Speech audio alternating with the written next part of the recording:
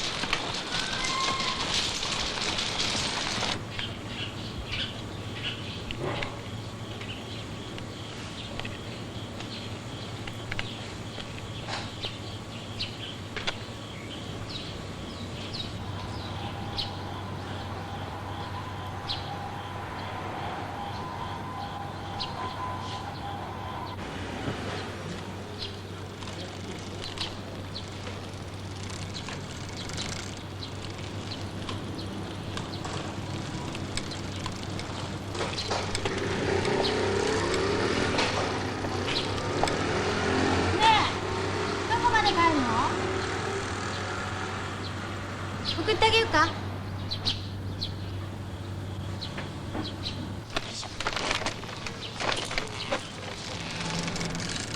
重いな。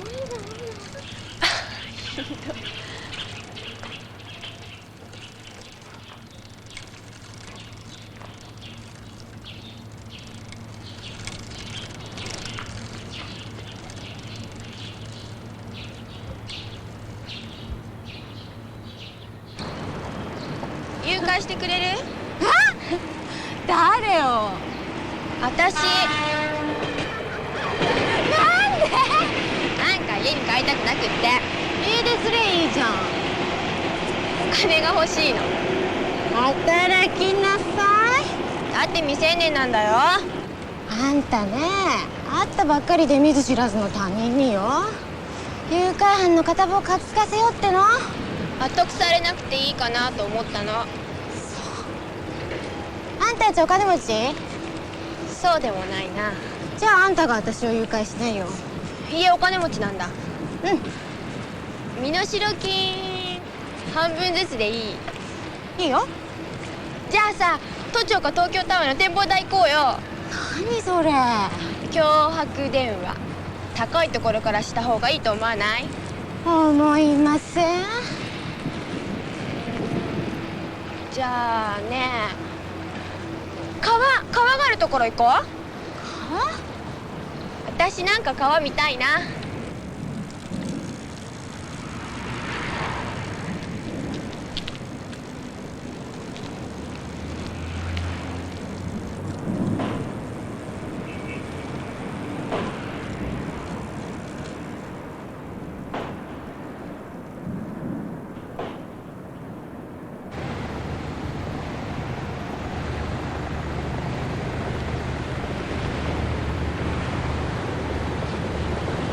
もう頭の中パニック。ねえ、どう思う？そうね。いいんじゃえば？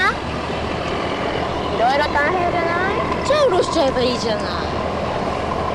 でも本当にそれでいいのかなって全然わかんないの。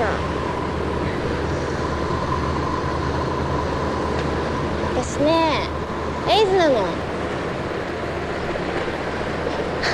冗談でしょ？本当よ。もう自分でもびっくり。だからあんたと同じ悩みはこの先一生持てないの。元気じゃない。悩んだってしょうがないでしょ。そのうち発病しちゃうんだから。誰かにそのこと話した？言えるわけないでしょ。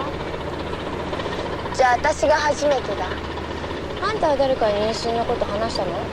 まだ。行きずりのどうでもいい相手だからこそ話せたんでしょ。そういうもんよ。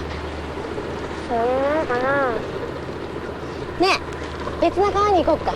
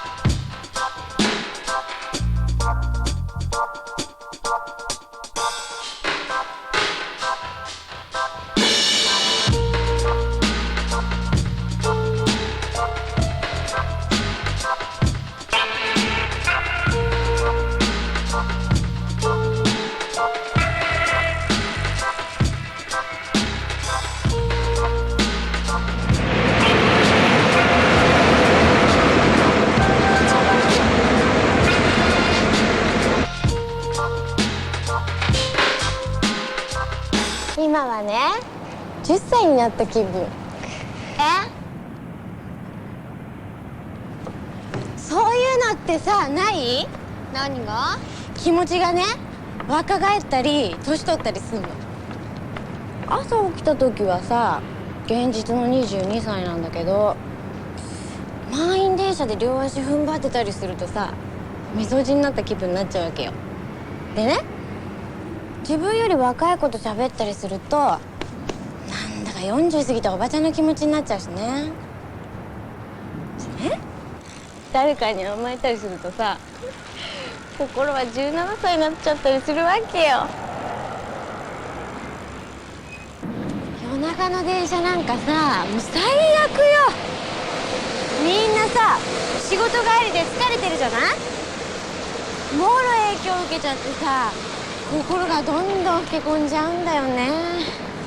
いくつぐらいまで？80歳のおばあちゃんの気分。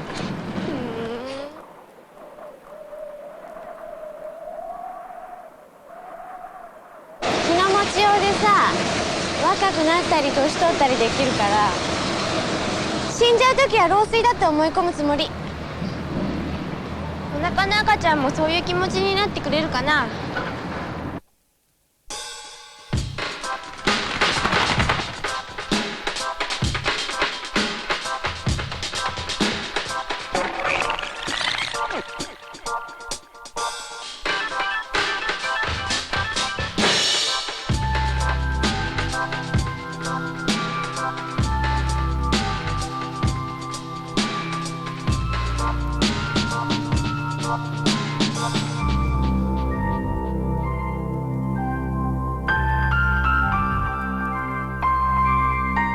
こういうのってさ、遺伝子の黄昏だね。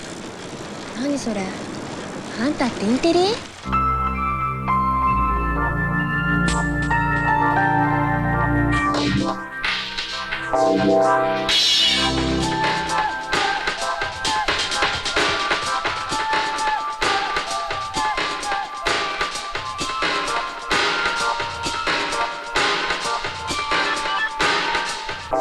じゃあここで。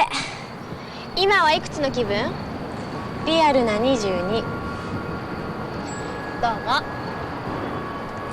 じゃねえ、病気の話本当？あんたが決めることよ。元気でね。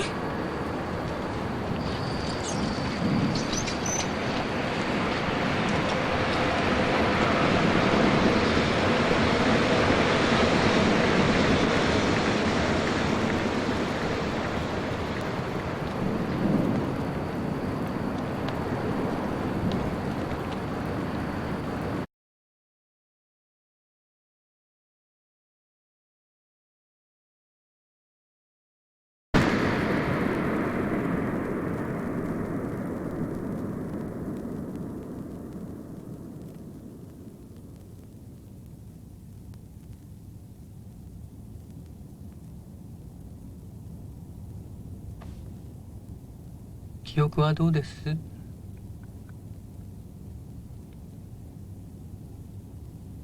何か手がかりは？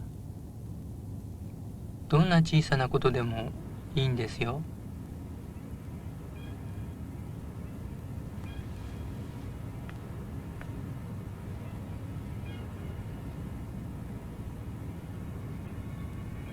穴、穴、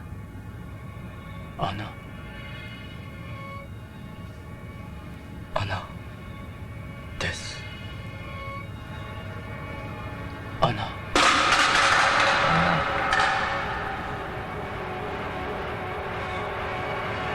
穴です。穴ですか。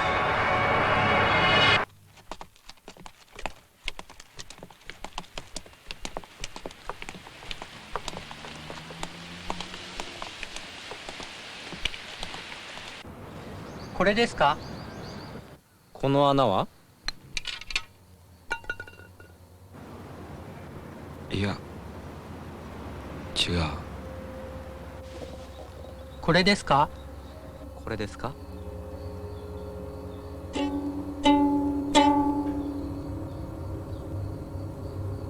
これは？この穴を見ても何も感じませんか？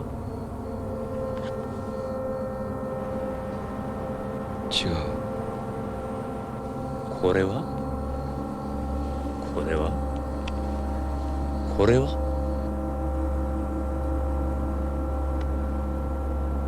これは？これは？これは？これは？これは？これは？これは？この穴でしょう。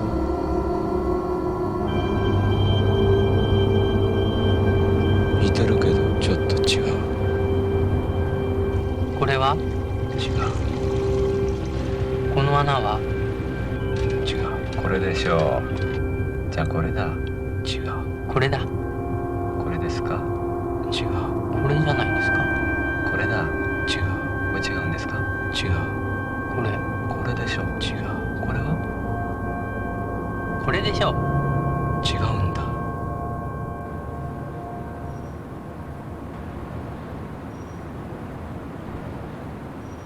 ああいう煙突ですか？手がかりがつかめそうですね。ああいう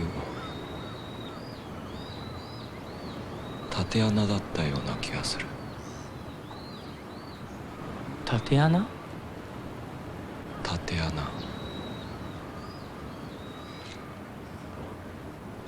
きっと穴に落ちたんだ。落ちたショックだ。他には何か思い出せますか？こうなんかこんなことを。その格好は。こんなことをしてたような。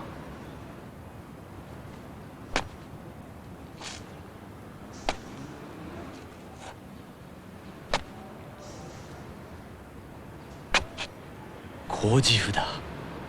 工事婦だったんですね、あなた。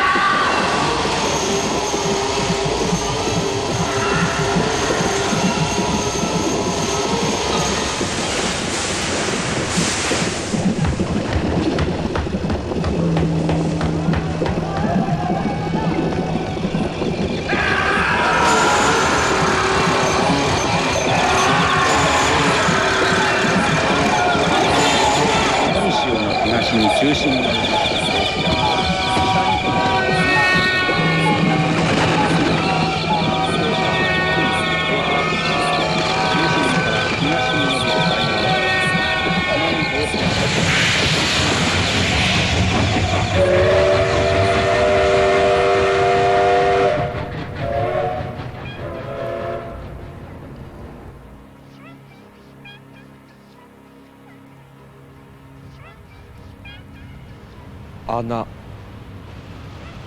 穴。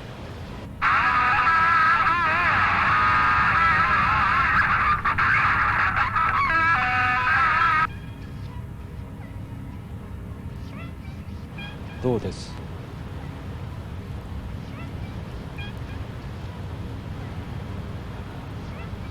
今日の穴。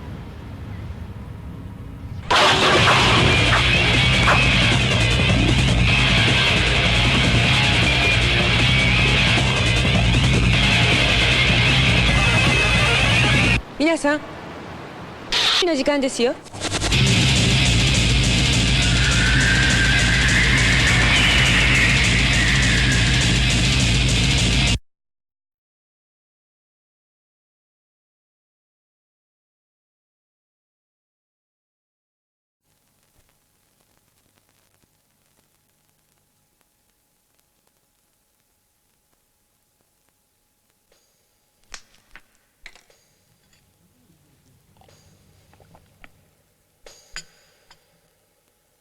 それはいつから始まったのでしょう。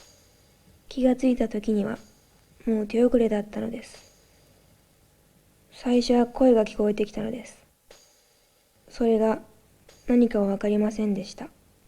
ある人がある石に触れるとある声を聞きました。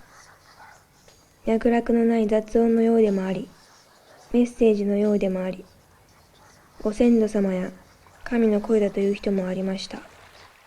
でも、それはすぐに石に触れている人たちの感覚共鳴だということが分かりました。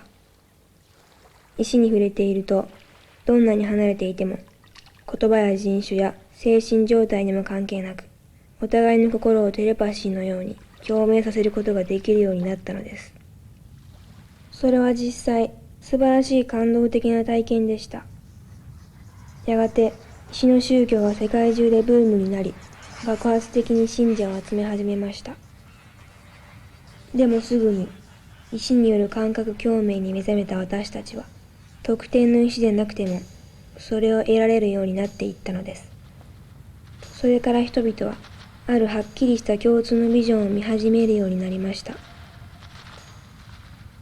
ストーンヘンジをはじめとする、レイライン上の環状列石や遺跡、地球の壺と思われるこれらの地点の周辺でこのビジョンはより明快に感じられました。今度ははっきりしていました。それは警告だったのです。エイズのようにそれはあっという間に世界中に広まりました。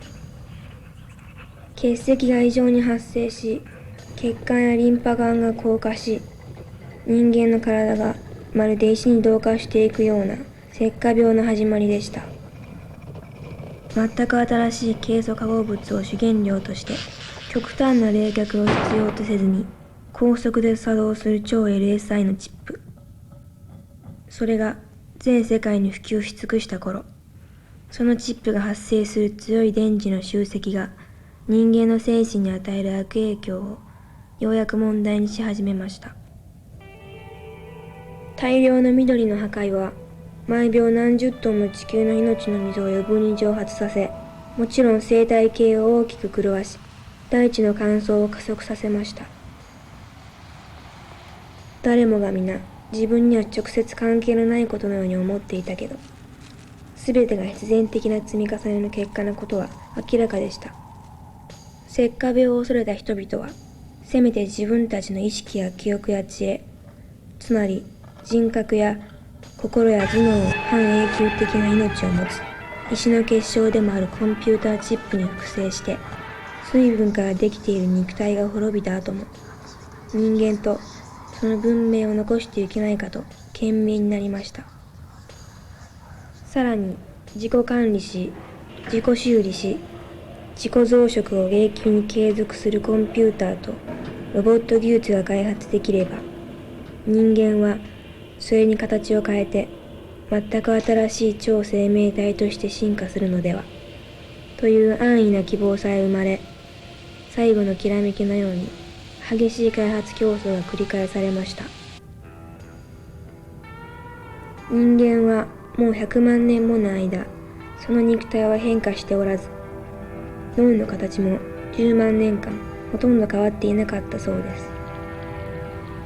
たとえ石化病が発生してなくても、すでに人間は進化の歴史を終えた生きた化石だったのです。5000万年前に地上から命の海へ戻り、さらにその脳や体を進化させていったイルカやクジラの仲間たち。その知恵やアドバイスを謙虚に真剣に受け入れて、命の水に少しでも近づく方法を模索すれば、あるいは可能性はあったのかも。でも一時期地球を支配したあの恐竜たちがあっという間にいなくなってしまったように、人間が突然いなくなっても不思議ではないのです。